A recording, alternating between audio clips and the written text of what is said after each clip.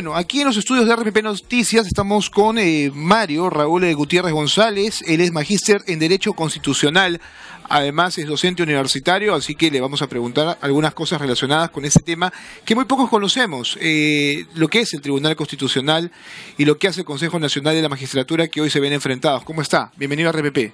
Buenas tardes, gracias por la entrevista. Bien, magíster en Derecho Constitucional. Ahora, el Tribunal de Garantías Constitucionales, la máxima instancia, aquella a la que todos recurren cuando ya se agotan todas las alternativas. ¿Qué tan importante es para el país?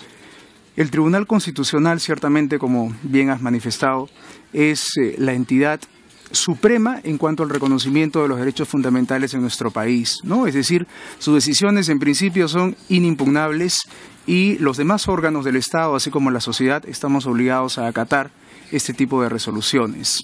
Claro, sin ningún tipo de apelación, ¿no es cierto? Después del Tribunal Constitucional, las instancias supranacionales. Exactamente, ¿no? El Tribunal Constitucional constituye ciertamente el órgano en el cual ya se agota la jurisdicción interna y una vez resuelto, recién podemos acudir ya a la vía internacional. Le pregunto esto porque la población normalmente no se interesa mucho en los problemas de carácter político o judicial. A veces hay que explicar el contexto mismo en el cual se van desarrollando los escenarios y en este caso sí hay un enfrentamiento directo y cuando dos instituciones que tienen la misma responsabilidad colapsan o básicamente se encuentran y no están de acuerdo, surge obviamente la controversia. Es verdad. Bueno, lo que sucede es que el Tribunal Constitucional realiza una labor ciertamente muy delicada, porque el tribunal se encarga de resguardar el contenido de la Constitución, que es nuestra norma más importante. En muchos casos, sus decisiones lo que hacen es corregir las actuaciones de los demás órganos del Estado, ¿no? Por ejemplo, en este caso, el Consejo Nacional de la Magistratura. Esta resolución que comentamos o que vengo escuchando todas estas semanas, naturalmente ha causado una controversia y era previsible que así sea. Si no fuera así, la propia sentencia no tendría algunos votos singulares de los propios magistrados que también están en desacuerdo. Claro, votos singulares aquel que se abstuvo. Exactamente, ¿no? Y en algunos casos que no estaba de acuerdo y manifestó allí su posición.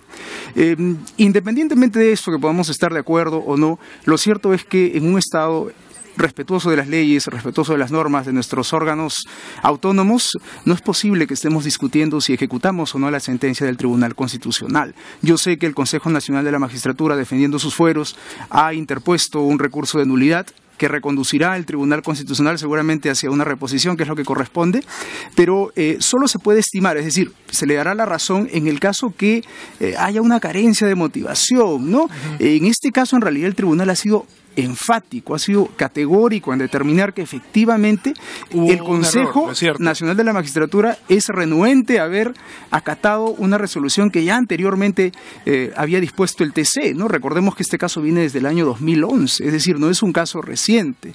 Y el punto sustancial es que el TC le manifiesta al Consejo Nacional de la Magistratura que no ha motivado debidamente las decisiones relacionadas con el no nombramiento, en este caso, del postulante Mateo Castañeda. Le hace al Consejo Nacional de la Magistratura una observación tanto de fondo como de forma, en el contexto que lleva a Mateo Castañeda a ser nombrado fiscal supremo. Así es. Bueno, y lo que hace el TC es verdad, ¿no? Ciertamente es cuestionable. Decimos, se está inmiscuyendo en las competencias del Consejo porque solo el Consejo es, de acuerdo con la Constitución, el único que puede exclusivamente nombrar y ratificar a los fiscales y jueces. En cierto modo sí, pero también es verdad que el propio código que regula el proceso de amparo, porque este es un proceso de amparo, sí le da esa facultad al Tribunal Constitucional, es decir, frente a magistrados a través de sus resoluciones. Quiero explicarme. Okay. Puntualmente, expresamente no. Pero si uno hace una interpretación, yo creo que podríamos, en algún caso, razonablemente determinar que sí, porque la norma es clara cuando establece que frente a la renuencia, frente a la no ejecución de una decisión del Tribunal Constitucional, el propio Tribunal Constitucional, o en este caso el juez constitucional, puede sustituir esa omisión y determinar las acciones que sean necesarias para restituir ese derecho fundamental que ha sido vulnerado. Porque ¿no? entiende que se ha obviamente obviado la autoridad de la máxima instancia. Exacto, ¿no? En el Perú, mire, usted, claro, vivimos esta coyuntura con el Consejo, pero el Tribunal Constitucional a lo largo del desarrollo de su labor siempre ha tenido ese tipo de problemas. Recordemos que en su momento el Jurado Nacional de Elecciones, por ejemplo, tampoco quiso acatar la decisión de elaborar el referéndum o de llevarlo a cabo para los fonavistas, ¿no? Claro. Con el Poder Judicial permanentemente siempre hay enfrentamientos. Porque el Jurado Nacional de Elecciones, bueno, ahí se entendía dos cosas, ¿no? El tema jurídico y el tema político. Y lo político iba más allá, ¿no es cierto?, de lo jurídico establecido. Es verdad, ¿no? Pero el tribunal, ante todo, es un órgano jurisdiccional, es decir, garante de la Constitución, puntualmente de los derechos fundamentales de la persona, ¿no? Entonces, ante cualquier contingencia de orden político, siempre va a preferir la protección de los derechos fundamentales, ¿no? Para eso tenemos un tribunal constitucional. Ahora, ¿no se cometen errores en las interpretaciones que hacen los magistrados del Tribunal Constitucional? O sea, digámoslo así, son seres humanos, son factibles de cometer error. Siempre está, obviamente, en continua evaluación el tema de la interpretación, porque finalmente lo que hacen los abogados, los jueces, los magistrados en general es justamente eso, interpretar códigos en función a determinados contextos y en función también, digámoslo así, a intereses determinados. Es verdad, ¿no? Perfectamente válido lo que usted señala y razonablemente siempre las sentencias del Tribunal Constitucional están en permanente debate. Es decir, hay muchos juristas que no están de acuerdo seguramente con el análisis interpretativo que se hacen en estas resoluciones. Pero, repito, ¿no? Estamos de acuerdo o no estamos de acuerdo. Lo cierto es que en el Perú necesitamos seguridad jurídica. Este principio que a veces lo vapuleamos tanto, ¿no? Y la seguridad jurídica pasa por fortalecer la institucionalidad del Tribunal Constitucional. Y para fortalecerlo, ciertamente necesitamos que sus sentencias se cumplan. ¿Estemos de acuerdo o no? Es una característica de los tribunales de máxima instancia no ser apelados, ¿no es cierto? Que sus decisiones no sean cuestionadas.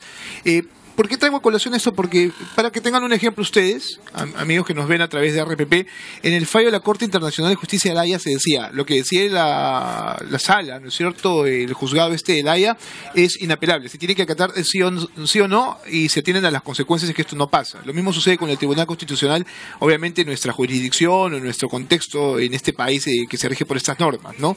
Así es como se dan las cosas. Y lo que viene más adelante es pedir un recurso de aclaración, ¿no?, que no es obviamente, digámoslo así, un recurso para cambiar el fondo de la sentencia en sí misma. Claro, en realidad existen dos vías, ¿no?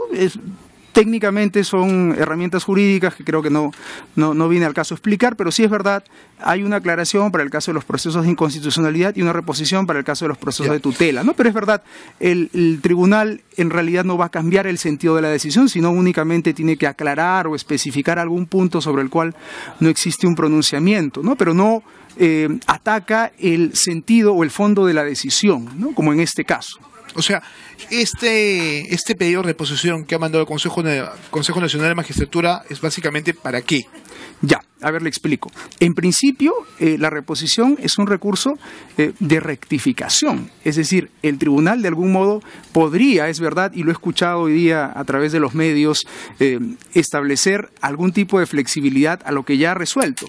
Pero para que lo haga, necesita evidenciar que hay una carencia de motivación, y por lo menos yo encuentro en la sentencia, es mi modo de ver, que no existe carencia de motivación, todo lo contrario, el tribunal ha sido bastante fuerte, muy frontal, yo diría en algún caso, ¿no? Porque el tribunal ha dicho en esta sentencia, en vista que no has cumplido y que no hay ningún tipo de posibilidad de que cumplas, de que cambies, ¿no?, tu actitud, entonces yo sustituyo tu labor, ¿no? Ahora, pero el Tribunal Constitucional, al emitir este fallo en el caso de Mateo Castañeda, no solo le está ordenando al Consejo Nacional de la Magistratura, o tal vez está tomando sus atribuciones, lo está haciendo también con el Poder Ejecutivo al decirle, destituye a estas dos personas, ¿no?, nombra a pero para que estas no queden en el limbo, créale 2 plazas, ¿no?, y que esto se curse al Ministerio de Economía para ver el tema presupuestal. O sea, ahí estamos viendo que no solamente se afecta a un solo poder del Estado, sino a otro más. Es verdad, y seguramente es uno de los puntos que mayor controversia ha generado, ¿no? El hecho de dictarle al Ministerio de Economía, en coordinación con el Ministerio Público, crear las plazas. Por eso es que se le califica de golpista, pues. La justificación que ha dado el tribunal es que, si bien declara nula las resoluciones, finalmente estas dos magistradas que fueron nombradas no deben verse afectadas, es decir, han tenido buena fe, entonces corresponde que se les repare ese derecho. Y por eso es que ordena esta disposición. Pero en todo caso, creo que se justifica la decisión en el sentido de que es una última medida, ¿no? Como le repito, aquí han habido hasta 3 pronunciamientos del Tribunal Constitucional sobre este tema de manera reiterada, ¿no? Entonces ya el tribunal, en un ánimo de establecer categóricamente que se cumpla su sentencia, ha tenido esta salida, ¿no? Que es lo único que le quedaba en última instancia también. Y lo dice además expresamente, claro, de algún porque modo, los califica, ¿no?, de rebeldes a los Consejos Nacionales. Lo dice expresamente, como bien manifiesta usted. Le dice una serie de cosas, ¿no? Bueno, sí, es verdad, ¿no? Algunos aspectos que nos puedan parecer de algún modo no apropiados, pero que reflejan una realidad, que es una falta de atención a la sentencia de manera reiterada. Para el ciudadano, ¿no?, de a pie que no entiende todo este entuerto jurídico en el cual se utilizan una serie de tecnicismos, ¿qué se le puede decir respecto a este enfrentamiento entre dos instituciones importantes para el país? Bien, lo que yo diría en todo caso es algo que ya he manifestado al inicio, ¿no? Que existen muchos órganos en el aparato estatal, es decir, en el Estado.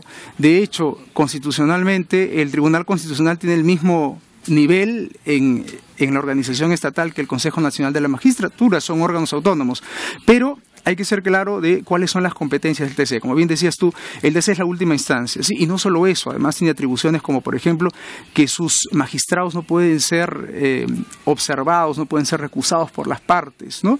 Que si hubiera alguna contienda de competencia, el tribunal resuelve eso de oficio, es decir, nadie podría cuestionar incluso la competencia del TC, porque, como repito, el TC, ¿qué defiende? La Constitución. La Constitución es la norma más importante. Entonces, ahí donde se discuta que se afecte un derecho que está en la Constitución, quien tiene la última palabra va a ser siempre el Tribunal Constitucional. Claro, y defiende bienes tangibles, conocidos, como el derecho a la libertad, la expresión y una serie de elementos más que están ahí contenidos, ¿no? Es verdad, ¿no? Es verdad.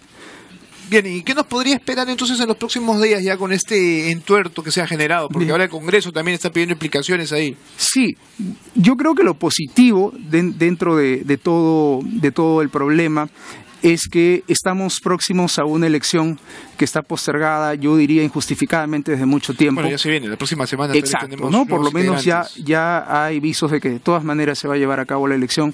Eso creo que es lo positivo. Los 9 candidatos que hemos conocido a través de la prensa, desde mi punto de vista, reúnen las condiciones académicas, profesionales. Bueno, ahí he escuchado algún tipo de cuestionamiento, en todo caso que no. El mayor problema para elegir nuevos integrantes del Tribunal Constitucional, al igual que un defensor del pueblo, es de la independencia, del no estar politizado, partidarizado, ni nada por el estilo, para evitar afectar sus fallos o sus decisiones. Sí, precisamente quien te habla está publicando un libro sobre la elección de magistrados del Tribunal Constitucional. ¿Por qué demora tanto, por ejemplo, la elección de un magistrado del Tribunal Constitucional? Bien, en el caso peruano, en realidad demora por un asunto estrictamente de voluntad política. Es decir, nosotros, de acuerdo con nuestro sistema, tenemos al órgano que elige al Congreso, ¿no? Quien tiene el monopolio de la elección únicamente, ¿no? Si nosotros comparamos en realidades cercanas, como puede ser Colombia, Chile, si nos vamos a Europa, nuestros referentes más importantes, Italia, Francia, España, el órgano encargado de la elección no es solo uno, sino está repartido entre los demás poderes del Estado, con el Ejecutivo, con el Judicial, y donde hay participación además permanente de la sociedad civil, a través de las facultades de Derecho de las universidades, a través de los colegios de abogados. Es decir, se concita una atención bastante razonable, porque estamos eligiendo al órgano que va a interpretar la Constitución, ¿no? Y que le va a decir a los demás órganos qué han hecho bien y qué no, han hecho mal, ¿no? Entonces creo que la experiencia peruana, desde el año 96 hasta ahora, en cuanto a la elección de los magistrados, no ha sido en absoluto ni uniforme, ni ha correspondido a la alta investidura de este órgano, ¿no? Hemos tenido en realidad comisiones en el Congreso con congresistas que no necesariamente han tenido la especialidad constitucional y que han entrevistado a académicos de amplia trayectoria. Hoy día, por ejemplo, escuché al doctor Iguren, ¿no? Decir, yo renuncio porque no me voy a exponer a un baloteo político, ¿no? Cuando tengo una trayectoria profesional ya de años. Y lamentablemente eso ha generado en gran parte que muchos constitucionalistas reconocidos no estén interesados en integrar el Tribunal Constitucional, cuando debería ser todo lo contrario, ¿no? Bueno, claro, porque finalmente sería ya lo último, ¿no es cierto?, para coronar una trayectoria de años para un magistrado, ¿no? En absoluto. Este libro que usted va a presentar sobre derecho constitucional, sobre el Tribunal Constitucional, parece interesante. Ahora, usted hablaba de que esto tiene, digámoslo así, consideraciones por el aspecto o la decisión política en sí misma. Entonces es difícil, pues, encontrar algún tipo de coordinación o de encuentro de puntos en común, ¿no? Hay quien dijo, quitémosle esa potestad al Congreso de la República y hagámoslo mucho más abierto. No como el tema europeo o latinoamericano en otros aspectos, sino démosle esa posibilidad a la gente a través de un referéndum. ¿Eso es posible o no, según la tesis que usted maneja? Bien, eso es posible si incorporáramos una reforma constitucional que no la tenemos en este momento. Yo creo que no es malo que el Poder Legislativo se encargue de elegir al Tribunal Constitucional. De hecho, por ejemplo, en Alemania sucede así. Pero lamentablemente es un tema más de personas, que creo que de instituciones. Es decir, el Congreso en estas 6 últimas elecciones, incluida la última, yo diría con la 7ª de esta denominada repartija, no ha demostrado, pues lamentablemente, estar a la altura, ¿no?, de las circunstancias. Es decir, si uno revisa por lo menos el procedimiento, bueno, ve que en los últimos 15 años el Congreso de la República, pues obviamente no está como que a la altura de poder tomar, ¿no?, decisiones concretas en ese aspecto. Es madura, sobre todo, ¿no? Es posible, ¿no? Y uno revisa, por ejemplo, el procedimiento que se llevaba a cabo, porque ahora es por invitación, pero en su momento era a través de una convocatoria, ¿no? Y el peso de la evaluación objetiva, es decir, del currículum, de la trayectoria de los candidatos, estaba menos del 50%, es decir, un 40, un 30%. ¿Y qué pesaba más? La entrevista, ¿no? Es decir, la opinión subjetiva. Y allí está, pues, la componente política, lamentablemente, ¿no? Es decir, lo que usted manifiesta, esa madurez política tan necesaria para elegir al principal órgano defensor de los derechos en el Perú, no la tenemos. Bien, muchas gracias. Para ir terminando, ¿cómo se llama el libro, por favor? Sí. ¿Y cuándo lo van a presentar? Porque es importante. Muy bien. Para cierto sector. El 25 de este mes, la Universidad César Vallejo, que es donde yo soy docente del curso de Derecho Constitucional, está promoviendo esta investigación de nombre Elección y Legitimidad del Tribunal Constitucional, ¿no?, donde se hace un recuento de todos los procesos de elección llevados a cabo hasta la fecha, a partir de las realidades también que existen en otras partes del mundo y, por supuesto, de la necesidad de fortalecer la institucionalidad del TC, ¿no?, que en los últimos tiempos, lamentablemente, está venida menos pese a la importancia de este órgano. Bueno, qué importante en realidad, y hay que tener en cuenta una cosa, que este país tiene muy buenos juristas. Totalmente. Además, jurisconsultos que son llamados para debatir temas de carácter internacional. Hay gente aquí que es muy bien preparada en esos aspectos. Por supuesto, no solo tenemos juristas que, como bien manifiesta usted, son citados por autores extranjeros, son invitados en universidades del más alto prestigio de otros continentes, sino que además también tenemos profesionales bastante jóvenes, podría mencionar varios. Por ejemplo, dentro de ellos está el doctor Eloy Espinosa, que es uno de los candidatos a magistrados ahora que cumplen por demás el perfil, ¿no? Entonces, creo que allí va un poco la tarea del Congreso de más bien incentivar, promover que estos juristas estén interesados en integrar el TC. Muchas gracias. No tiene